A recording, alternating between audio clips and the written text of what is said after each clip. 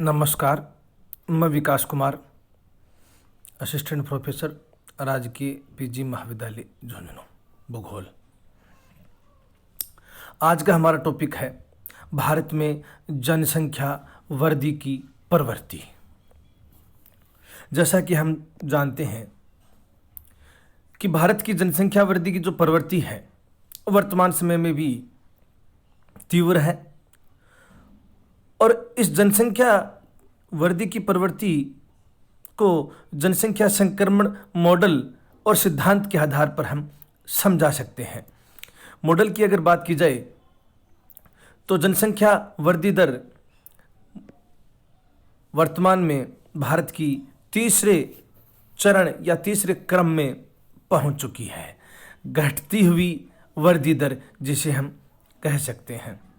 हालांकि भारत में जनसंख्या की वृद्धि दर की जो प्रवृत्ति है वो वर्तमान में भी विस्फोटक बनी हुई है। हालांकि कुछ दशकों में जो विगत जो दशक थे उसमें जनसंख्या जो वृद्धि दर है उसमें क्रमशः कमी आई है। इसके बावजूद भी वृद्धि दर ऊंची बनी रही है। जैसे कि वर्तमान दशक 2001 और 2011 की मध्य की जनसंख्या की वृद्धि दर अगर अपन बात करें तो वह है 1.64%, जो कि पिछले यानी 1991 से 2001 के मध्य जो जनसंख्या वृद्धि दर थी 1.94 उससे कम है। यह एक सकारात्मक सूचक है वर्तमान परिदृश्य में भारत के संदर्भ में। लेकिन इस दशक में लगभग 19 करोड़ की वृद्धि हुई, जो कि पिछले जनसंख्या वृद्धि जो थी 18 करोड़ उससे अधिक है। यहाँ ये देखने योग्य बात है कि जनसंख्या वृद्धि दर माना कि पिछले दशक से कम है, बावजूद इसके कुल जनसंख्या जो बढ़ी 19 करोड़ वह पिछले दशक यानी 1991 से 2001 के मध्य जो 18 करोड़ जनसंख्या थी उससे कहीं न कहीं अधिक है। ये स्थिति स्पष्ट करती है कि वृद्धि दर में कमी आई है, लेकिन कुल जनसंख्या में वृद्धि की प्रवृत्ति वर्तमान में भी बनी हुई है। इसी आधार पर भारत की जनसंख्या को वर्तमान में भी विस्फोटक अवस्था में कहा जा सकता है। और भारत की जनसंख्या वृद्धि की प्रवृत्तियों को 3 अवस्थाओं में विभाजित किया जा सकता है। पहली है लगभग स्थिर जनसंख्या की अवस्था। इसे काल विभाजन के अनुसार देखा जाए तो 1901 से 1931 तक भारत की जनसंख्या की जो अवस्था थी वह स्थिर थी, क्योंकि इस समय 1901 के लगभग 23 करोड़ से 1931 तक लगभग 26 करोड़ जनसंख्या जो है वह इस बात को इंगित करती है कि इन 30 वर्षों के दौरान या इन 3 दशकों में लगभग जो वृद्धि हुई वह 3 करोड़ ही हुई। इस बीच 1911 से 21 के मध्य जनसंख्या में वृद्धि की जगह कमी भी आई, और इस दशक को नकारात्मक जनसंख्या वृद्धि का दशक भी कहा जाता है। बहुत बार ये क्वेश्चन पुटअप किया जाता है कि किस दशक को नकारात्मक जनसंख्या वृद्धि दशक कहा जाता है, तो आंसर होगा 1911 से 1921 के मध्य।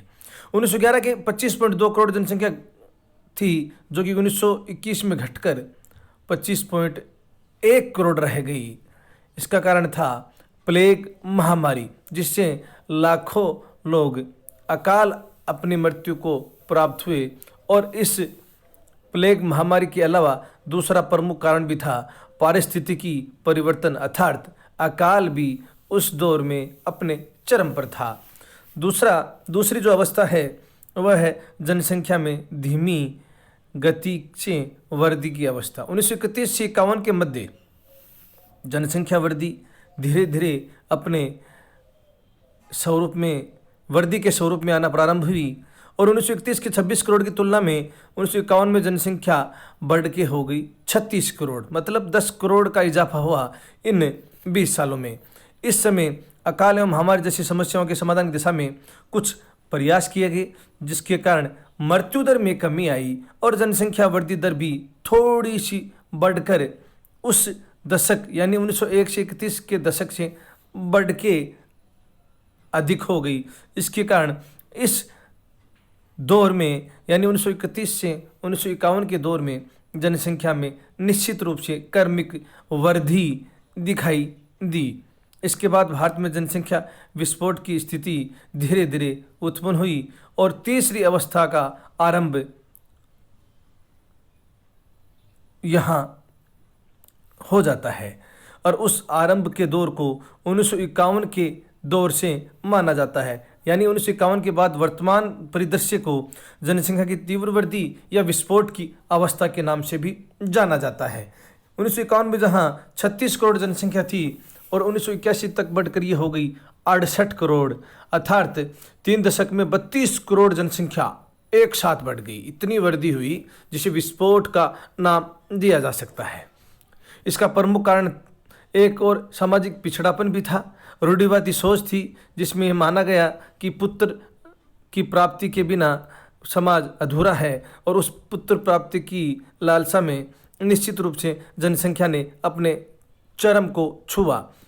सामाजिक पिछड़ापन है, रूढ़िवादी है, ये कारण रहे। इसके अलावा जन्म दर भी स्वास्थ्य सेवाओं में बेहतर स्थिति के कारण जन्म दर ऊंची बनी रही और दूसरी ओर आर्थिक सुधार की प्रक्रिया के कारण जीवन स्तर लाइफ स्टाइल में निश्चित रूप में ग्रोथ हुई और उनमें सुधार हुआ। खाद्य पोषाहार में भी की समस्या है जो कि अकाल के कारण उत्पन्न हुई थी, उस पर बहुत हद तक काबू पा लिया गया। स्वास्थ्य संबंधी सुविधाएं उपलब्ध हर जगह हो गई जिसके कारण मृत्यु दर में कमी आने लगी। अतः निम्न कारण इस जनसंख्या विस्फोट के लिए उत्तरदायी रहे। उसमें प्रथम था उच्च जन्म दर, दूसरा नियंत्रित मृत्यु दर। यह प्रवृत्ति वर्तमान में किसी न किसी रूप में बनी हुई है।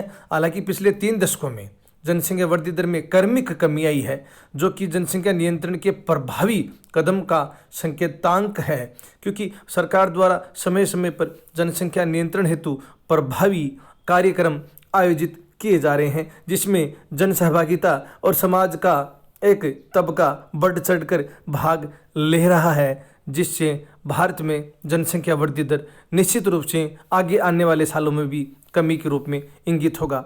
धन्यवाद।